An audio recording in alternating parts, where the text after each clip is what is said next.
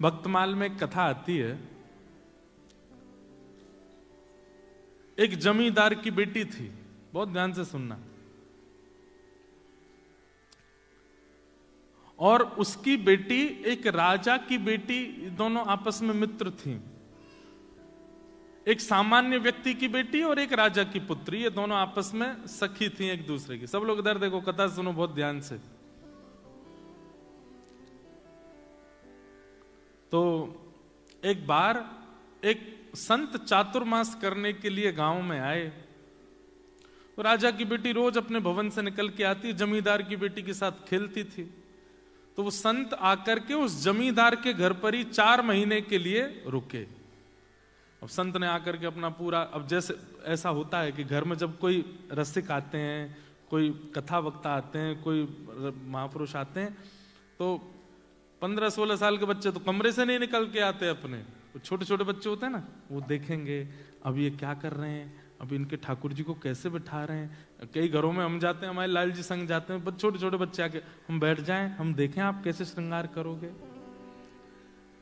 तो फिर श्रृंगार देखते, उनकी इतनी रुचि होती है ठाकुर जी की सेवा में, उनको लगता है ये खेल सबसे अच्छा है।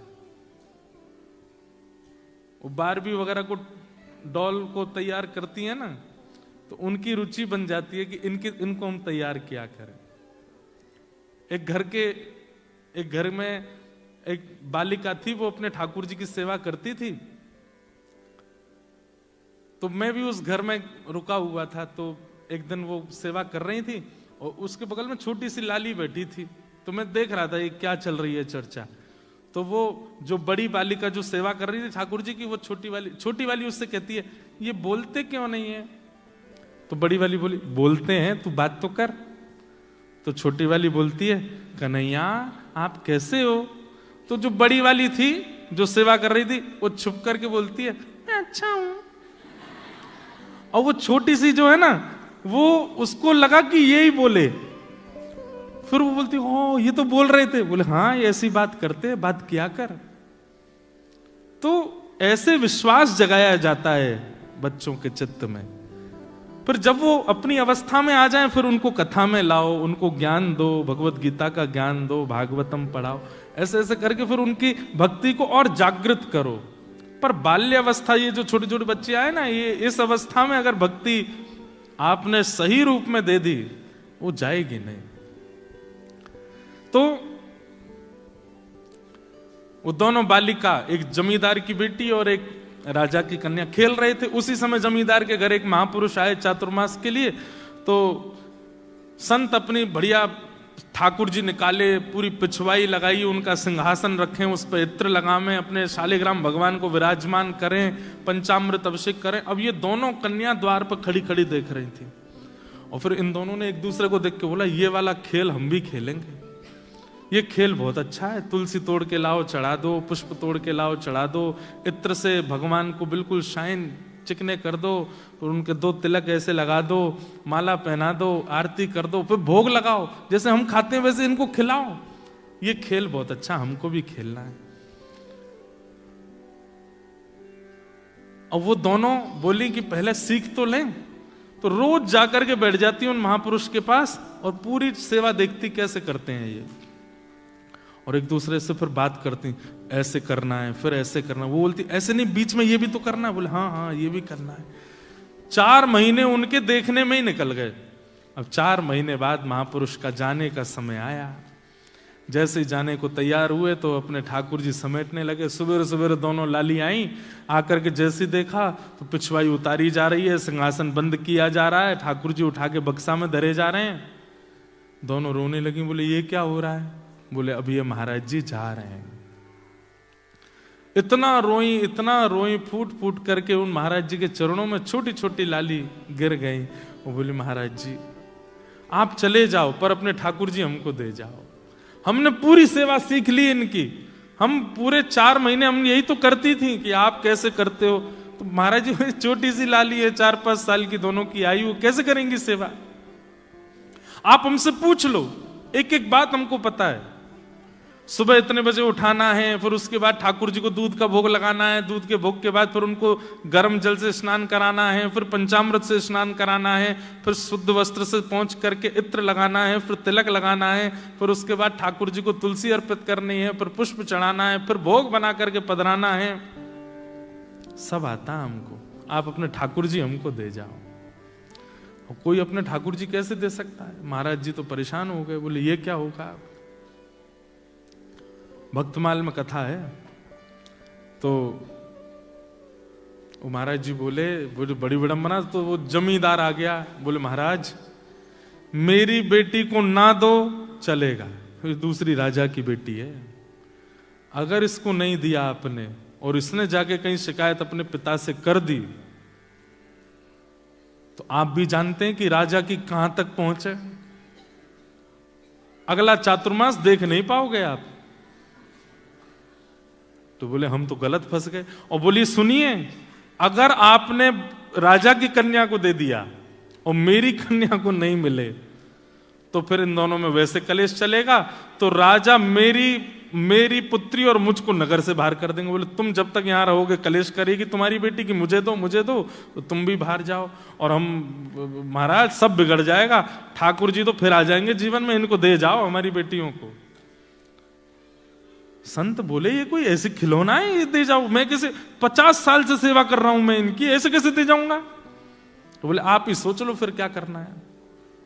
तो संत ने एक बहुत अच्छी युक्ति सोची, एक बाहर से शालिग्राम जी जैसे दिखने वाले 2 पत्थर ले आए और पत्थर ला करके वो पत्थर रख दिए सिंहासन पर और अपने ठाकुर जी उठा के धर दिए नीचे सामान्य सी चौकी पर। दोनों कन्याओं को बुलाया, बोले इधर आओ। कन्या आई, बोले अच्छा देखो ठाकुर जी कहाँ हैं? बोले ऊपर बैठे हैं। और बोले नीचे वाले? बोले हाँ ये भी ठाकुर जी। बोले नहीं, ऊपर वाले जो हैं वो ठाकुर जी हैं, नीचे वाले जो हैं ये सेवक हैं। अब बताओ तुमको सेवक चाहिए कि ठाकुर जी चाहिए? दोनों कन्या बोली नहीं हमको ठाकुर जी चाहिए, सेवक नहीं चाहिए। तो महात्मा बोले ठीक है, तो सेवक मैं ले जाऊं? बोले हाँ आप ले जाओ। सेवक असली ठाकुर जी थे। तो शालिग्राम भगवान को गले से लगाया और सामान्य से पत्थर दोनों कन्याओं को दे दिए।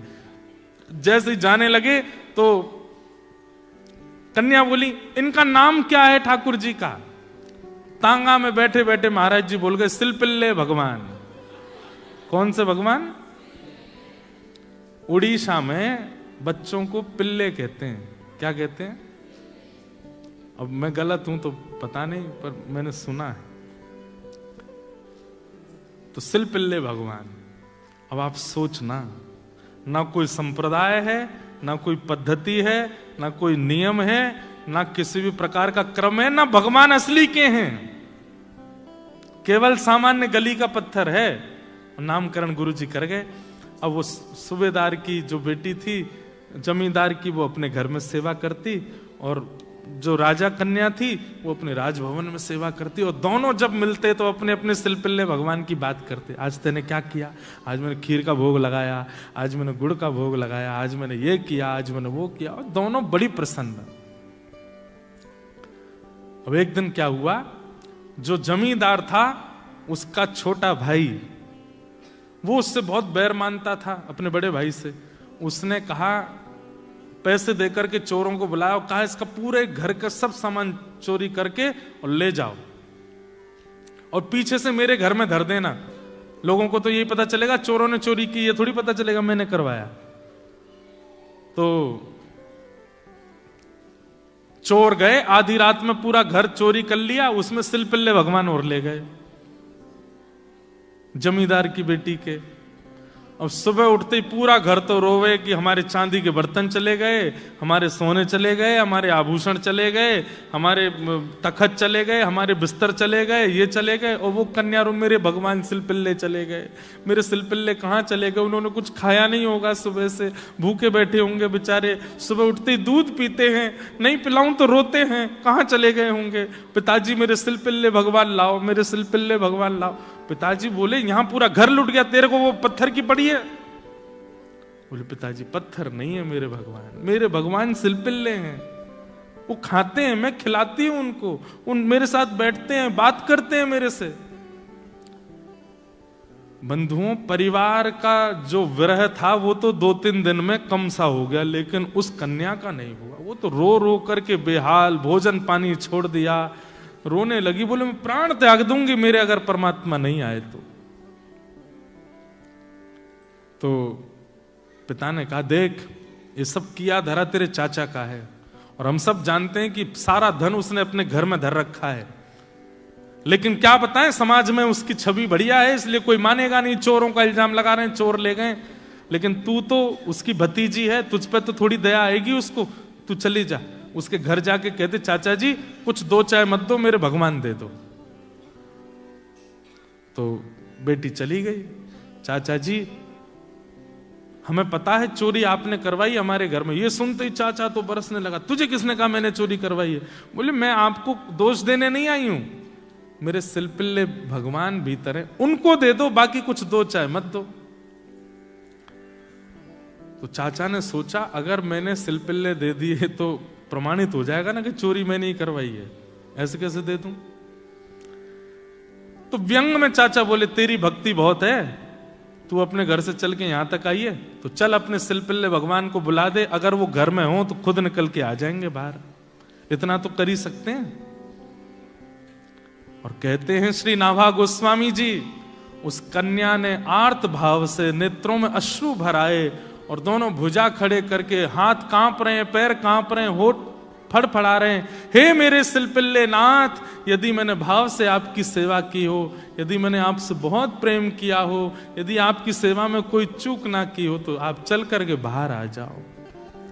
इतना कहते ही वो सामान्य सा पत्थर हवा में तैरता हुआ आया और आकर के उस कन्या के हृदय से आकर के लग गया। सब देखते रह गए और सिलपिल्ले भगवान आकर के उस कन्या के हृदय से चिपक गए।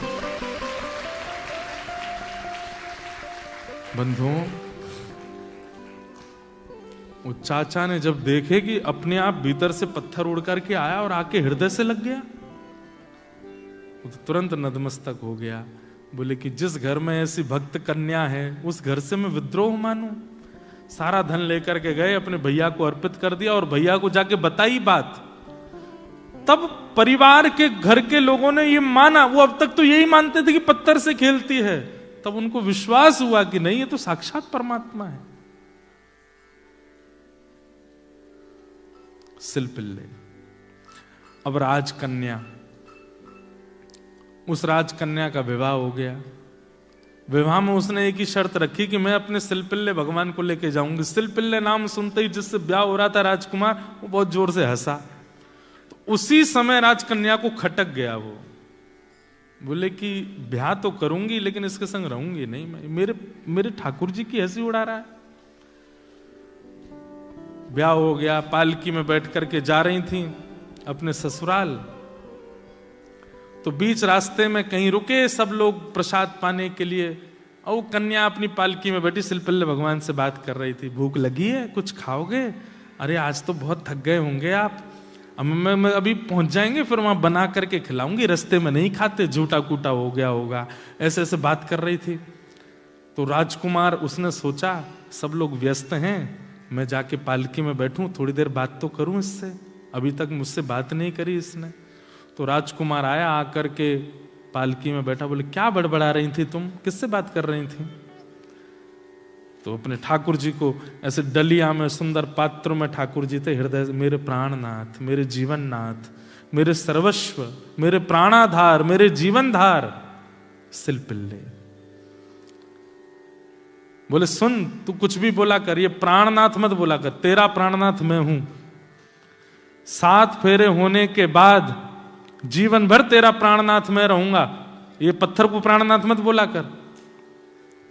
ये सुनते ही राजकन्या तो पहले ही चिड़ी बैठी थी उससे। बोले तुम प्राणनाथ कैसे हो सकते हो? तुमको अपने प्राणों की पता है? तुमको अपने प्राणों का भरोसा है कब चले जाएं? तुम मेरे प्राणों के नाथ बनोगे?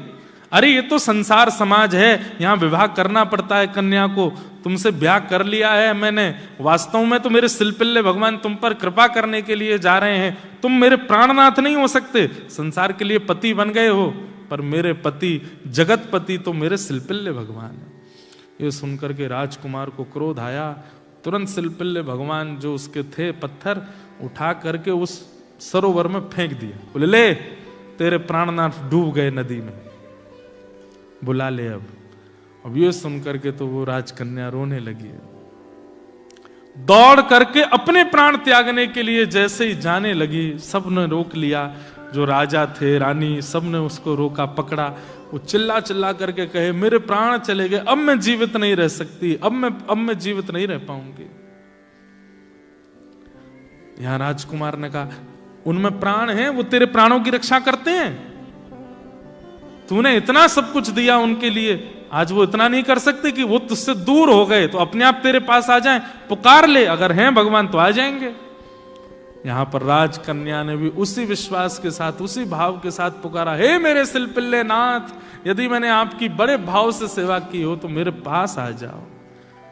देखते ही देखते उस सरोवर में से अपने आप ठाकुर जी बाहर आए और आकर के उस राजकन्या के हृदय से लग गए, स्वीकार कर लिया। सब देखते रह गए। भाव के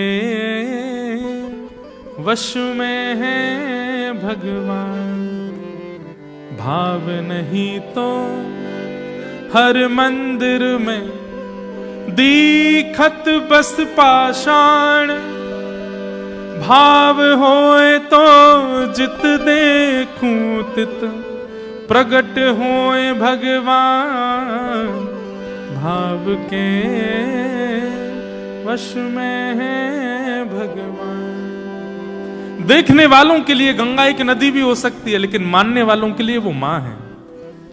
देखने वालों के लिए केवल वो प्यास बुझाने वाली हो सकती है, पर मानने वालों के लिए वो मुक्तिदायिनी है। हमारा धर्म, हमारा सनातन मानने पर निर्भर करता है, विश्वास पर निर्भर करता है। यहां कई बातें लॉजिकल नहीं होती और हर बात का एक बात सुनिएगा, ज्ञान को लॉजिकली बताया जा सकता है, वैराग्य को लॉजिकली प्रस्तुत किया जा सकता है, पर प्रेम का कोई लॉजिक नहीं होता। और जिस प्रेम में लॉजिक मांगा जाता हो वो प्रेम नहीं है। फिर हमारा भक्ति भाव प्रेम पर निर्भर करता है और प्रेम विरह से पुष्ट होता है। वृत्रासुर ने भगवान से विरह मांगा। अंतिम श्लोक में वृत्रासुर कहते हैं कि ममत्तम श्लोक जनेषु सख्यम संसार चक्रे भ्रमतस्व कर्म भी तन्माययात्मात्म जदागरागे स्वासक्त चित्तस्य नाथ भूया। हे नाथ, ममत्तम श्लोक जनेषु सख्यम। वृत्रासुर कहते हैं कि नाथ, आपके जो परम भागवत भक्त हैं, अगर मैं उनका दास ना बन सकूं तो कम से कम उनका सखा बन जाऊं। मेरे संबंध के रूप में, मेरे सखत्व के रूप में संसारी लोग ना मिलें, आपको भजने वाले मेरे सखा मिलें। मैं एक बात कथा में कहा करता हूं बंधुओं, पत्नी वो श्रेष्ठ नहीं जो सुंदर है, पत्नी वो श्रेष्ठ नहीं जो आपकी बात मानती है, पत्नी वो श्रेष्ठ जो आपको ठाकुर जी के समीप ले जाती है। बच्चे वो श्रेष्ठ नहीं जो पढ़ाई में बहुत अच्छे हैं, कमा कमा करके आपको देते हैं। बच्चे वो श्रेष्ठ जिनकी वजह से आप कथा में आते हो। संबंध संसार का कोई भी वो अच्छा है जिससे आप ठाकुर जी के समीप पहुंचे हो। और जिस व्यक्ति ने केवल व्यसन की समीपता दिलाई हो, जिस व्यक्ति ने केवल आपको संसारी, आज चल तुझे न्यूजीलैंड की वो वाली चीज खिला के लाता हूं, ऐसे सखा होते हैं कोई? चल तुझे वहां घुमा के लाते हैं, तो नई ब्रांड वाली पीला पानी आया पिला के लाता हूं, ये कोई सखा है? सखा तो वो श्रेष्ठ जो कहे, अरे महाप्रभु जगन्नाथ रथ यात्रा कर रहे हैं, चल तुझे दिखा के लाता हूं।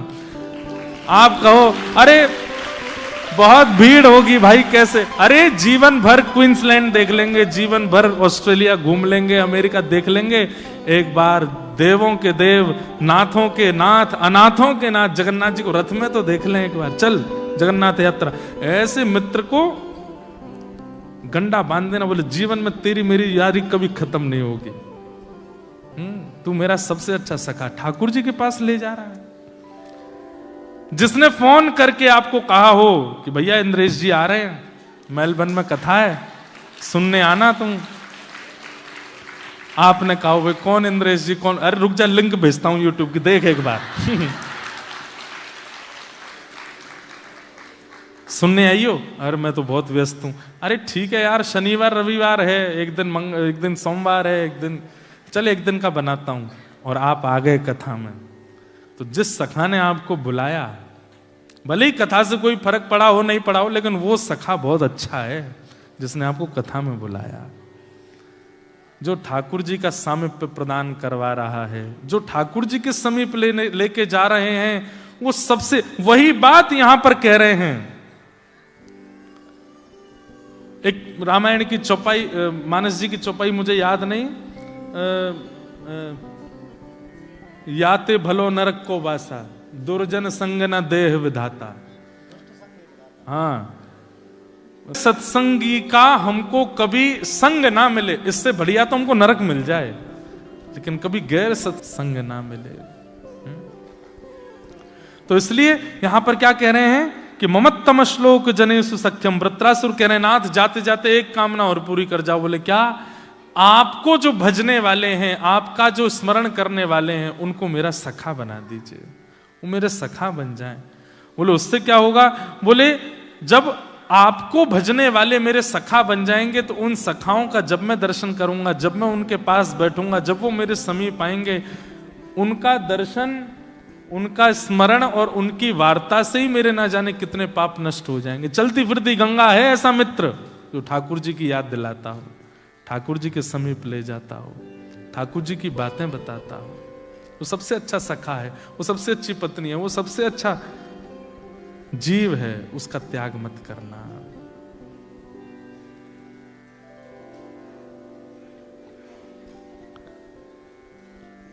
जिसकी कृपा से भगवत प्रीति बनी हो, ऐसे व्यक्ति को मेरे जीवन में सखा बना करके भेज दो।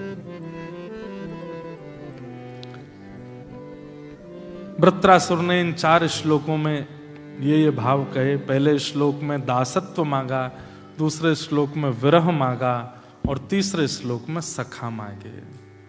ये 3 जीवन में अगर आ जाएं तो वैष्णवता निश्चित रूप से आपके चित्त में व्यवस्थित हो जाएगी। ऐसे वृत्रासुर को हम बारंबार प्रणाम करते हैं। इन 3 सूत्रों को याद रखिएगा। पहला तो हरिदास बनने का प्रयास करो, हरि के दास।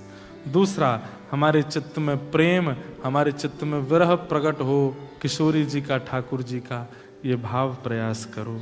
और तीसरा, उनसे मित्रता करो, उनसे संबंध बनाओ जो हरि के जन हैं। कई बार आपको ऐसे लोगों के पास बैठना पड़ता है जिससे आपको बिजनेस प्रॉफिट हो रहा है, जिससे आपको डॉलर मिलने वाले हैं। वहां नाटक किया करो, कोरा। वहां तो बस अरे you are the best, I am so fortunate to have you in my life. बाहर निकल के बोले अरे चले, मेरा मित्र तो वो है रोज हरि नाम संकीर्तन करता है, जो रोज कथा सुनता है, जो रोज भगवत स्मरण करता है, जो कथा की याद दिलाता है। सुबह सुबह मेरी आंख खुलती है तो लिंक भेजी होती है उसने किसी की कथा की। ले प्रेमानंद जी का ये प्रवचन सुन, ले ये वृंदावन के महाराज जी की बातें सुन, देख ये महाराज जी क्या कह रहे हैं। ऐसे ऐसे भाव भेजने वाले को व्हाट्सएप पे एक फीचर होता है जो बहुत फेवरेट होता है, उसके आगे स्टार लगा दो। ऐसे लोगों को स्टार बना दिया करो, ये स्टार फ्रेंड है मेरा, इसका त्याग कभी नहीं करूंगा मैं। तो ये 3 सूत्र आपको वृत्रासुर से लेने हैं। ऐसे वृत्रासुर को हम बारंबार प्रणाम करते हैं। एक पिक्चर आ रही है अभी 25 जुलाई को, महाअवतार नरसिम्हा, तो उसको जरूर देखने जाना। उसके जो सारे मेकर्स हैं वो हमसे मिलने आए थे वृंदावन। वो हमसे मिलने इसलिए आए थे, बोले महाराज जी हम कोई अपनी प्रशंसा के रूप में नहीं कह रहे हैं, पर वो हमसे एक बात बोले, महाराज जी हमने ये मूवी बनाई और इसमें प्रहलाद जी के, नृसिंह भगवान के उन लीलाओं का, उन चरित्रों का हमने वर्णन किया जो कहीं नहीं है। मतलब जिसको लोगों ने ज्यादा सुना नहीं, बोले विष्णु पुराण से, भागवत जी से, आदि आदि उनसे हमने इसको निकाला। मैंने कहा अच्छा। बोले फिर हम आपसे मिलने इसलिए आए कि हमने आपका एक पॉडकास्ट देखा और आप उसमें वही सारी बातें बता रहे थे। तो हमने कि यार हमारी स्क्रिप्ट किसने लीक कर दी जाके। मैंने कि सुनो, आप जहां से स्क्रिप्ट बना रहे हो वो पूरी भागवत जी हमारे पास है, वहां से हम अध्ययन कर लेते। तो बोले फिर हमारी इच्छा हुई कि भाई जो हमने इतनी छुपा छुपा के बातें प्रकट की पिक्चर में, वो इन महाराज जी को कैसे पता है। मैंने कि देखो सब ये तो भागवत जी की कृपा है। तो पिक्चर देखने जरूर जाना, बहुत अच्छी। अभी उसका जो ट्रेलर लॉन्च हुआ वो भी हमने अपने मंच पे ही किया, 3D में है। और जैसी मैं कथा करते समय प्रहलाद जी का चिंतन करता हूं, प्रहलाद जी बिल्कुल वैसे ही हैं उस पिक्चर में, 3D है। और उसका नियम उन्होंने ऐसा रखा है जो मेकर्स हैं कि कहीं भी थिएटर में वर्ल्ड वाइड वो पिक्चर लगेगी, आपको शूज उतार के अंदर जाना पड़ेगा। और दूसरा नियम, जैसे थिएटर्स में नेशनल एंथम होता है तो सब खड़े होते हैं, बोले हमने ये भी निवेदन किया है कि जब महाअवतार श्री नरसिंह भगवान प्रकट हों तो सब लोग हाथ जोड़ के अपने स्थान पर खड़े होकर उनको वंदन करें। तो हमने उनकी इस भावना का मान करते हुए मैंने कहा भाई मैं उस समय कनाडा में रहूंगा, लेकिन मैं जरूर वहां देखने जाऊंगा और ऑस्ट्रेलिया से लोगों को कह के जाऊंगा कि आप लोग जरूर देखने जाइएगा उस पिक्चर को। तो ये हमने नाम क्यों लिया, श्री प्रहलाद जी महाराज 5 वर्ष की अवस्था में इतना संकट आ गया, किसी बालक ने अपनी इतनी अल्प अवस्था में संकट नहीं देखा होगा जितना प्रहलाद जी ने देखा। लेकिन श्री प्रहलाद जी महाराज केवल हरि नाम लेते हैं। और उनके जो मारने का प्रयास करते थे राक्षस, वो कहते तेरे पास क्या है, तू बच क्यों जाता है। तो प्रहलाद जी कहते महाविपत्ताप विनाशनोयम जनार्दनानुस्मरणानुभाव, बड़ी बड़ी विपत्तियों का नाश करने वाले जनार्दन भगवान का केवल नाम मेरे पास है और कुछ मेरे पास, मैंने तो देखा भी नहीं वो है कैसे, उनका रूप कैसा है, केवल उनका नाम गाता हूं। भैया यही टोना, यही टोटका, यही नियम, यही सब चीजों को किनारे धर दो, विश्वास के साथ हमारी इस कथा की हमको दक्षिणा दे दो, सब चीज किनारे धर दो, आज ही केवल नाम भगवान को अपनी जीभ पर विराजमान कर लो और विश्वास के साथ बस नाम रटते चलो।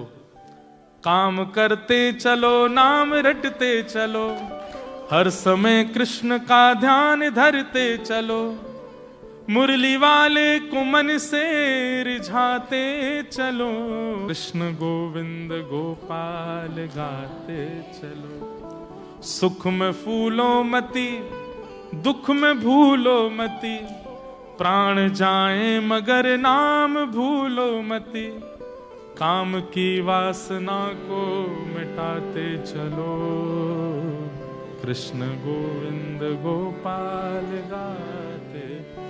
चलते फिरते उठते बैठते खाते पीते, मेलबर्न में, सिडनी में, कैनबरा में, तस्मानिया में, न्यूजीलैंड में, कहीं चले जाओ,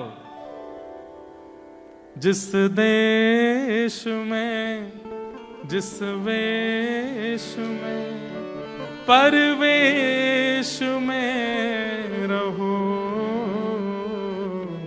राधा रमण राधा रमण राधा रमण कहो, जिस देश में जिस वेश में परवेश में रहो, राधा राधा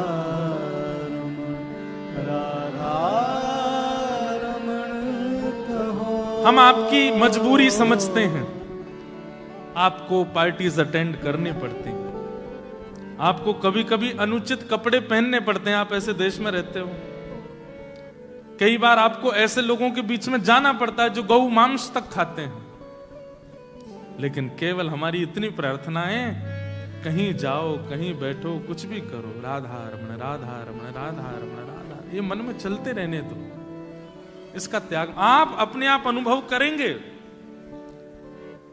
इसी से ही सब कुछ मंगल होता चला जाएगा। विपत्ति आएंगी आपके पूरे घर को घेर लेंगी, लेकिन आप विचलित नहीं हो गए। इतनी जिम्मेवारी हम आपको बता रहे हैं, नाम का प्रभाव है।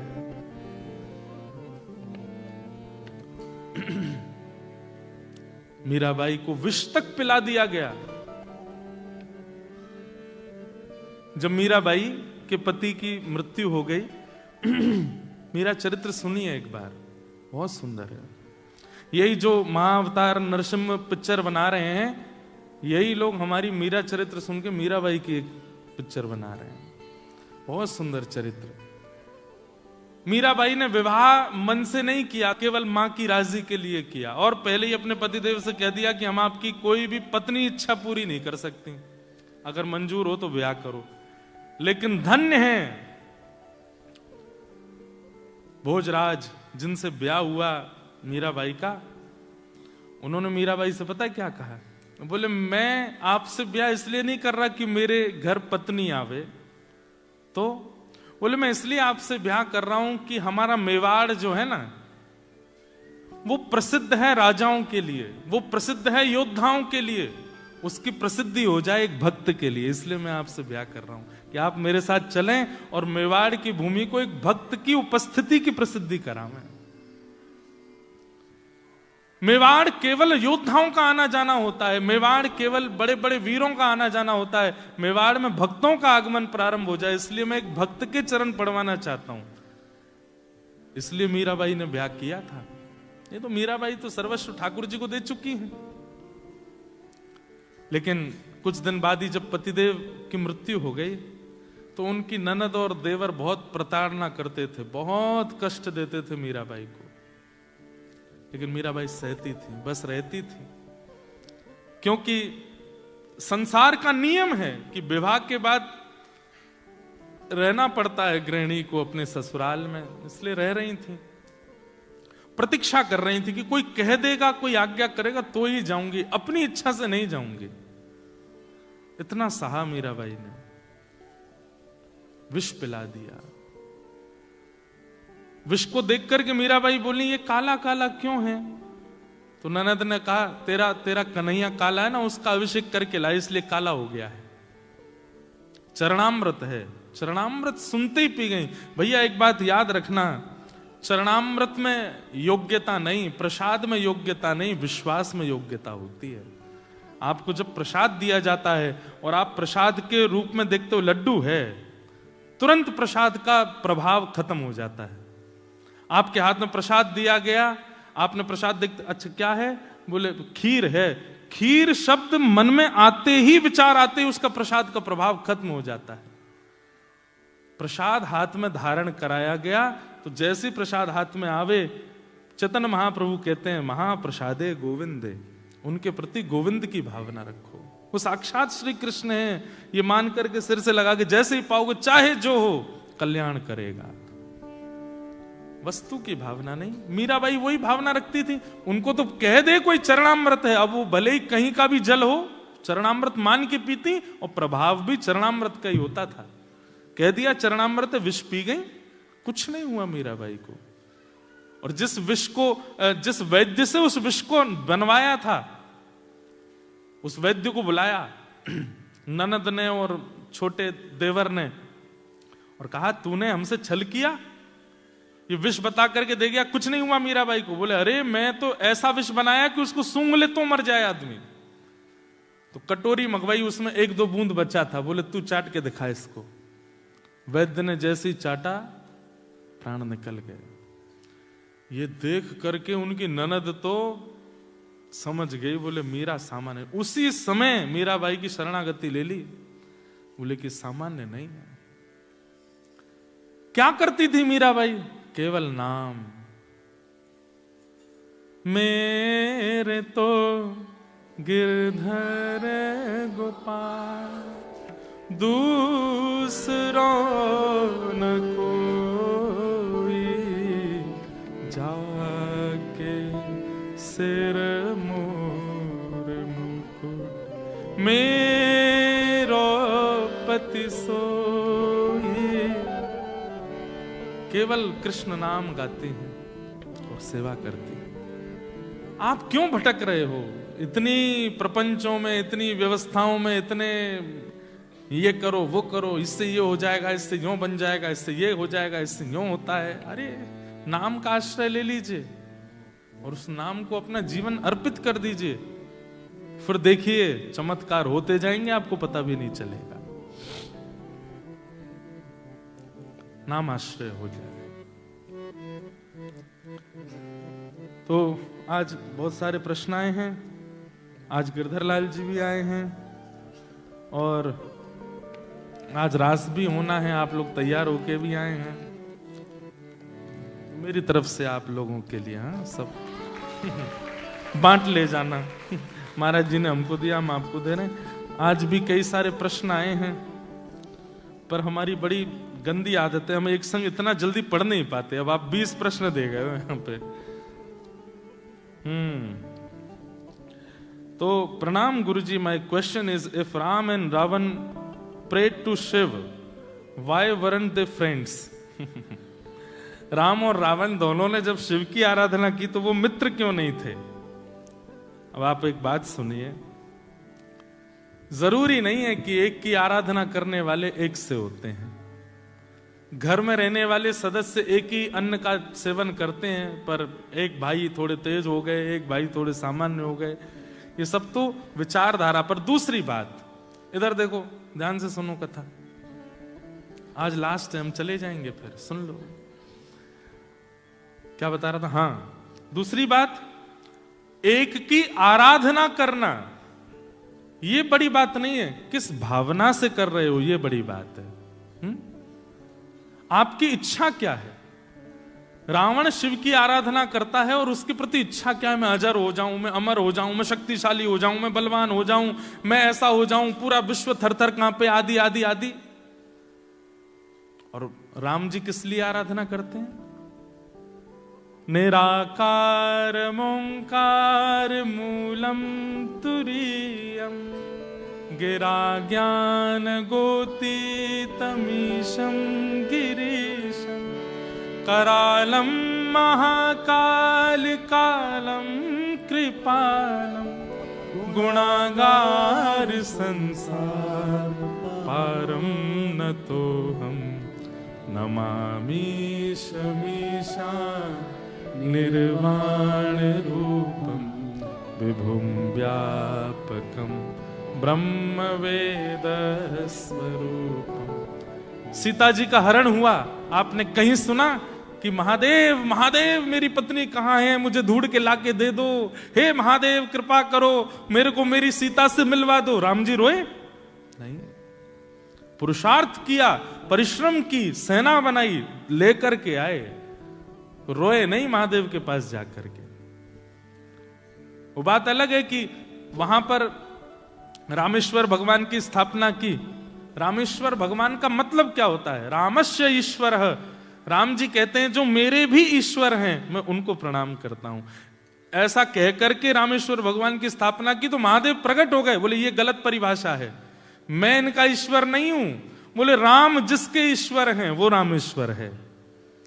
राम जी कहें नहीं मेरे ईश्वर जो वो रामेश्वर, महादेव कहें नहीं नहीं राम जिसके ईश्वर वो रामेश्वर। दोनों में लड़ाई हो गई वहीं पर। नहीं मानोगे आप? बोले बिल्कुल नहीं मानूंगा, तुम मेरे ईश्वर हो। महादेव बोले नहीं नहीं नहीं आप मेरे ईश्वर हो। ब्रह्मा जी प्रकट हो गए, बोले लड़ो नहीं, हम बताते हैं रामेश्वरम का मतलब क्या। बोले क्या? बोले जो राम है वही ईश्वर है और वही ईश्वर ही शिव है। हो गई परिभाषा, समझ में आई बात? महादेव ब्रह्मा जी क्या बोले? जो राम है वही ईश्वर है और वही ईश्वर ही शिव है। तो मतलब जो राम है वही शिव है और राम शिव ये दोनों ही ईश्वर हैं, वही रामेश्वर है। कोई बड़ा कोई छोटा नहीं है, एक ही है। वहां पर कोई याचना नहीं है महादेव से, इसलिए राम अलग हैं। और रावण तो बिना याचना के जल तक नहीं चढ़ाता। ऐसा कहते हैं कि रावण रोज कैलाश जाता था, every day from Sri Lanka Kailash जाता था। तो कैलाश में लंबी लाइन लगी होती थी महादेव के दर्शन करने वालों की। रावण बोलता मैं लाइन में लगूंगा? मैं तुम जानते हो मैं कौन हूं? रावण जिसके पीछे लाइन में खड़ा होता था ना, आगे वाला जब पीछे, अरे आप आगे आ जाओ आप आगे आओ, इतना खौफ था रावण का। ये कैसा भक्त है ठाकुर जी का, जो जिसमें विनम्रता नहीं आई, जिसमें दीनता नहीं आई, जिसमें सरलता नहीं आई, एक अपने आप को भक्त कहता है। ऐसे भक्त आज भी होते हैं, जिन लोगों को ये लगता है कथा हम पीछे बैठेंगे, कथा में हम नीचे बैठेंगे, कथा में सोफा नहीं है हमारे लिए। समझ जाइएगा कि सोफा वाले बुरा नहीं मानना कहीं सोफा वाले यूं सोचने लगे हो भाई हमारे लिए बोले, नहीं आपके लिए नहीं बोला मैंने, आप लोग तो अच्छे हो, सब अच्छे हैं, कोई ऐसी बात नहीं पर कई लोग होते हैं ऐसे, हम यहां बैठेंगे, ये स्थान है हमारे लिए। ये रावण करता था। तो रावण एक दिन बड़ा परेशान हो गया बोले मैं रोज आता हूं कैलाश और इतनी लंबी कतार लगी होती है और ये सब खड़े रहते हैं आगे, और फिर उसके बाद भी रावण को सबसे ज्यादा बुरा क्या लगता था, इतना लंबा लाइन में खड़े होके गया और फिर महादेव को जब प्रणाम कर, महादेव ऐसे ही बैठे रहते। तो रावण एक आध बार पैर छूता, ऐसे करता, तो थोड़ा नेक हिलाता, नेक तो खोल के देखो कौन आया है सामने। रावण आके कभी स्वर्ण चढ़ा रहा है, कभी रत्न चढ़ा रहा है। महादेव तो वो तो चिदानंद रूप है शिवो, हम उनको स्वर्ण से प्रसन्न करोगे, उनको रत्न से प्रसन्न करोगे, तो अपने अपने में स्थित रहते हैं। महादेव अपनी स्थिति में बैठे रहते। रावण को लगता है ये देख क्यों नहीं रहे मैंने क्या चढ़ाया। तो रावण ब्रह्मा जी से पूछता कि इनको प्रिय क्या है। बोले शंकर जी को स्तुतियां बहुत प्रिय लगती हैं, कोई संस्कृत में स्तुति गावे, कोई अच्छे अच्छे भाव, तो फिर रावण ने शिव तांडव स्तोत्र लिखा। अच्छा, रावण की विशेषता यह थी कि वो अपने शब्दों को इतना भयानक प्रयोग करता था कि उन शब्दों से ऐसा लगे कि मानो डमरू बज रहा है। मतलब आप शिव तांडव स्तोत्र सुन के सो नहीं सकते। आपको सोना है तो आपको नमामि मीशान ही सुनना, रुद्राष्टकम ही सुनना पड़ेगा। अब नमामि मीशान कितनी मीठी मीठी है, तो शिव तांडव स्तोत्र ऐसी ऐसी स्तुतियां बनाता था रावण की, उसको सुनकर के महादेव के नेत्र खुल जाते थे। यस्यास्ते ड्राट ड्राट डुट डुट ममलम टम टम टम टम टम डम शम डुडम शम डुहि डुहि चकितम भूपके भूपनालम तैलम तैलम तो तैलम कुकु कुकु कुकु ख्वांग कुखांग ख्वांग कुखांग ख्वांग ध्यायन्ते यस्य गान्ते वसति से सकलम पातुनो चंदचूड़। महादेव आंख खुल के, कहां है भैया? इधर हूं।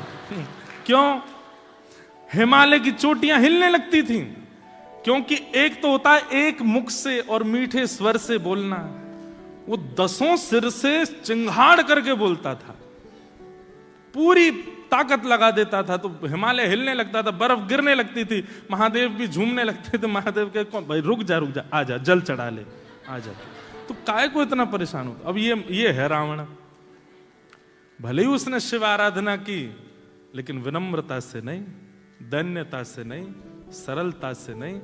तो इसका मतलब एक देव का पूजन यदि 2 लोग करते हैं, एक देव के पूजन से कोई फल नहीं है, उन 2 अर्चकों की भावना कैसी है, धारणा कैसी है, भाव कैसा है, उससे देव वैसा फल प्रदान करते हैं। शिव कैलाशों के वासी, धौली धारों के राजा, शंकर संकट हरना। गाइए। शिव कैलाशों के वासी, धौली धारों के राजा, शंकर संकट हरना। ओ भोले बाबा शंकर संकट हरना। ओ भोले बाबा शंकर। आज श्रावण का पहला सोमवार है, महादेव को यहीं से ही जलाभिषेक कर दीजिए। जलाभिषेक नहीं, वाणी से अभिषेक कर दीजिए, गाइए भाव से। हे शिव कैलासों के वासी, धौली धारों के राजा, शंकर संकट हरना। ओ शिव कैलासों के वासी, गौरी धारों के राजा, शंकर संकट हरना। ओ तेरे कैलाशों का अंत न पाया, तेरे कैलाशों का अंत न पाया, तेरे कैलाशों का अंत न पाया, तेरे कैलाशों का अंत न पाया, अंत बेअंत तेरी माया। ओ भोले बाबा, अंत बेअंत तेरी माया। ओ शिव कैलाशों के वासी, हौली धारों के राजा, शंकर संकट हरना। शिव कैलाशों के वासी, धौली धारों के राजा, शंकर संकट। देवादिदेव महादेव शंकर भगवान की।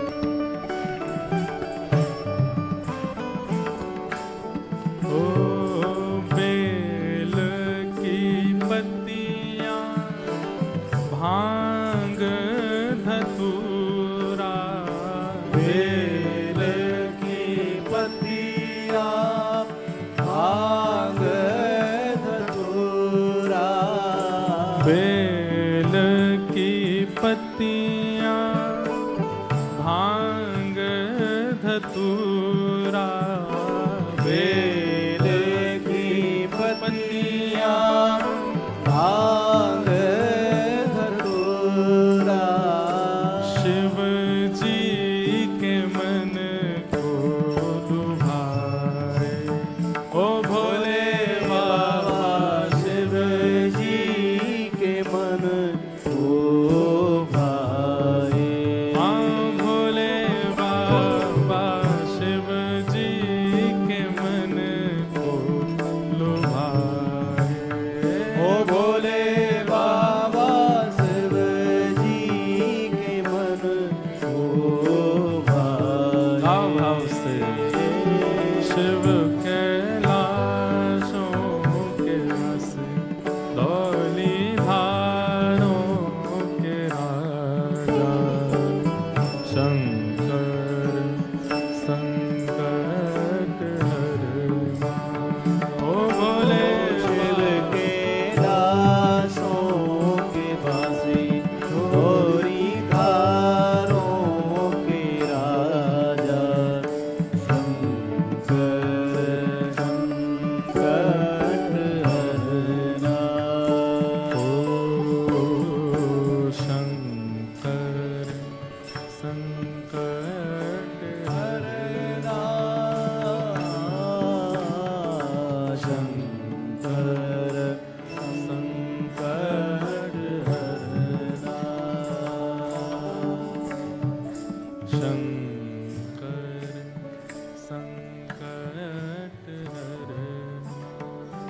बोलो देवादिदेव महादेव शंकर भगवान की जय। तो अच्छा हुआ ये प्रश्न आ गया, तो इसी बहाने महादेव पहले ही आ गए कथा में।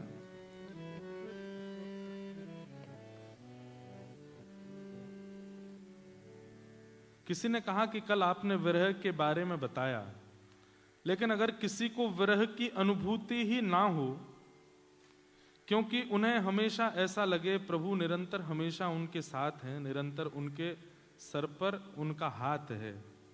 अब आगे मैं बाद में पढ़ूंगा, पहले यहीं पे ही एक बात बता दूं।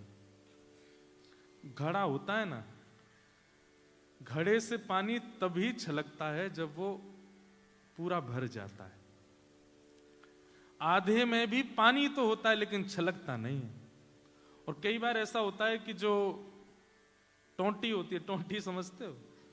समझते हो ना? समझते हो? जो जिससे घड़े में, अब यहाँ घड़ा ही नहीं होता होगा, क्या समझोगे हैं?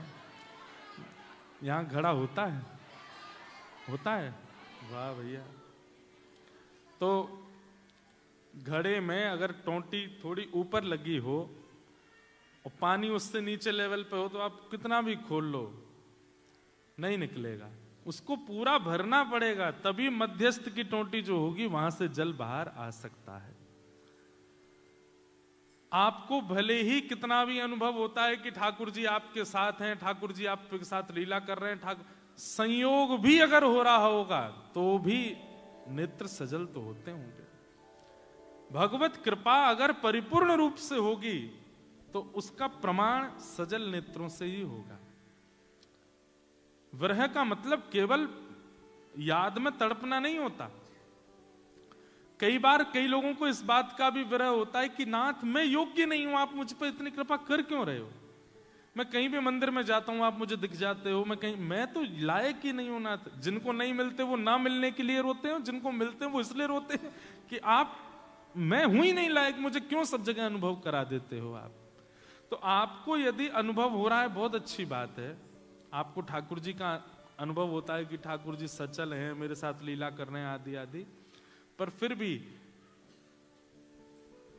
अब ये लाला मेरो एक ऐसा चित्र बना के लाए हुए और वहां में भिंडला सखा लग रहा हूं मैं और वहां के ऊपर मोर पंख और लगा दियो, और जैसे ही मैं कोई बात करूं ये जो दिखा दे, मैं ठाकुर जी को देख के कथा करूं, अल्लाह दे दो, आ जाओ, दे दो दे दो। अब ये चित्र देख के मुझसे कथा नहीं हो रही है। अरे भैया, हाँ लाली तुम भी दे जा। बड़े प्यारे प्यारे लाला बालक, देखो छोटे छोटे बालकों में ऑस्ट्रेलिया में संस्कार आ रहे हैं। देखो ये देखो महाराज डाका डॉन बहुत बढ़िया। हाँ ये अच्छा है, देखो दोनों ही अच्छे हैं। हाँ लाला, ओ भैया लाला, ठीक है हाँ बैठ जाओ बैठ जाओ, बहुत बढ़िया। अब लाली अब बाद में लेंगे आपसे, इनको भी बैठा लो, थोड़ी देर कथा सुन लो। आइए पधारो।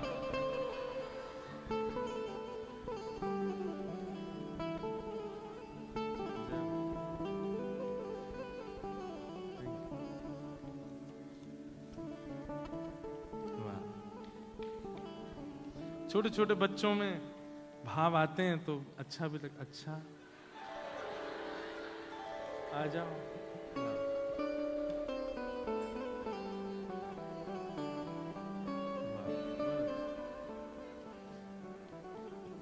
तो हम क्या कह रहे थे?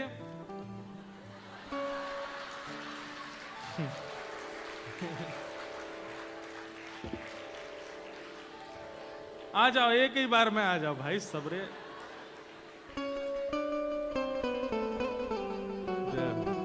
अरे भाई सब लाए हो क्या?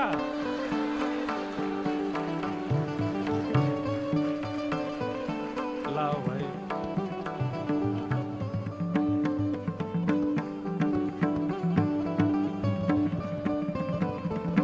वाह वाह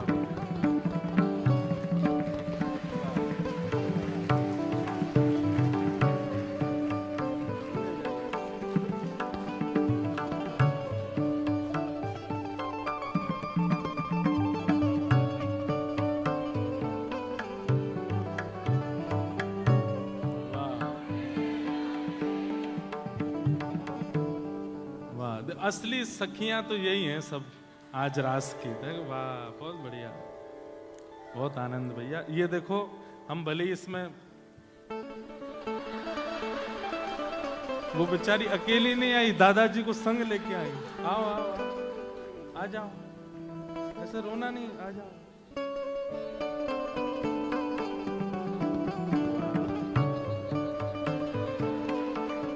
भाई एक बार ये टीवी घुमा देना जरा, जनता की ओर घुमाओ, हम दिखाएं तो सही कैसे कैसे बन के आए हैं ठाकुर जी। मीराबाई के हृदय के ठाकुर जी देखे आपने? गोपाल भट्ट गोस्वामी के हृदय के ठाकुर जी देखे हैं? राधा वल्लभ लाल जी, श्री तरवंश महाप्रभु के, इन बच्चों के हृदय के ठाकुर जी देखो।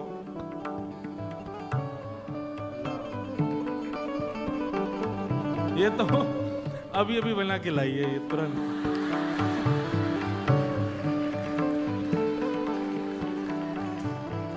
हाँ तो भाई दिखाना, हाँ यहाँ यहाँ दिखाना है, तुम तो आगे से हट जाओ। ये देखो,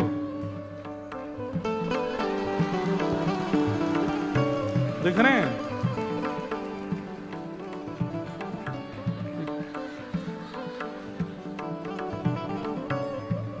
ये ऑस्ट्रेलिया के हरिवंश महाप्रभु के ठाकुर जी हैं। ये देखो महाप्रभु जगन्नाथ।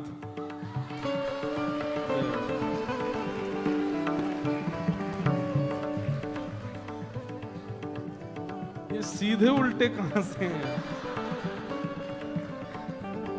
नहीं, स्वरूप तो ऐसे सीधा है पर खड़े ऐसे हैं। बहुत बढ़िया। ओहो, ये देखो चितचोर प्रभु।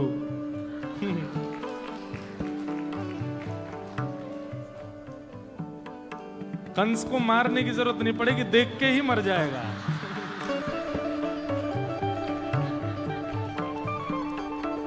वाह, ये देखो किशोरी जी, कितनी प्यारी किशोरी जी, प्यारे से ठाकुर जी।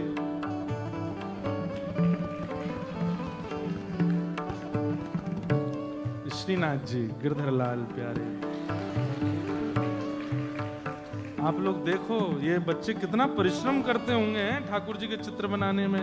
क्यों मोर पंख बना है, पीछे वंशी बनी है, कि जितनी देर चित्र बनाते होंगे उतनी देर ठाकुर जी का चिंतन चलता रहता होगा। अभी छोटे छोटे बच्चे, इन सबके चित्त में ये भावना प्रकट होना बहुत बड़ी बात है। अब देखो किशोरी जी के चरण और ठाकुर जी के हाथ में है।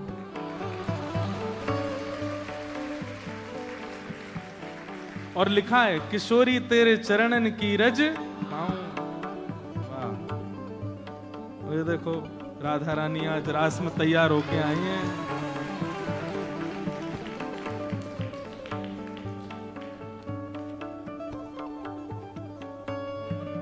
ये देखो कितने प्यारे ठाकुर जी। ये क्या कर रहे हैं पता है? ऐसे ऐसे कर रहे हैं। ऐसे ठाकुर जी जीभ निकाल के ऐसे कर रहे हैं। कितने प्यारे ठाकुर।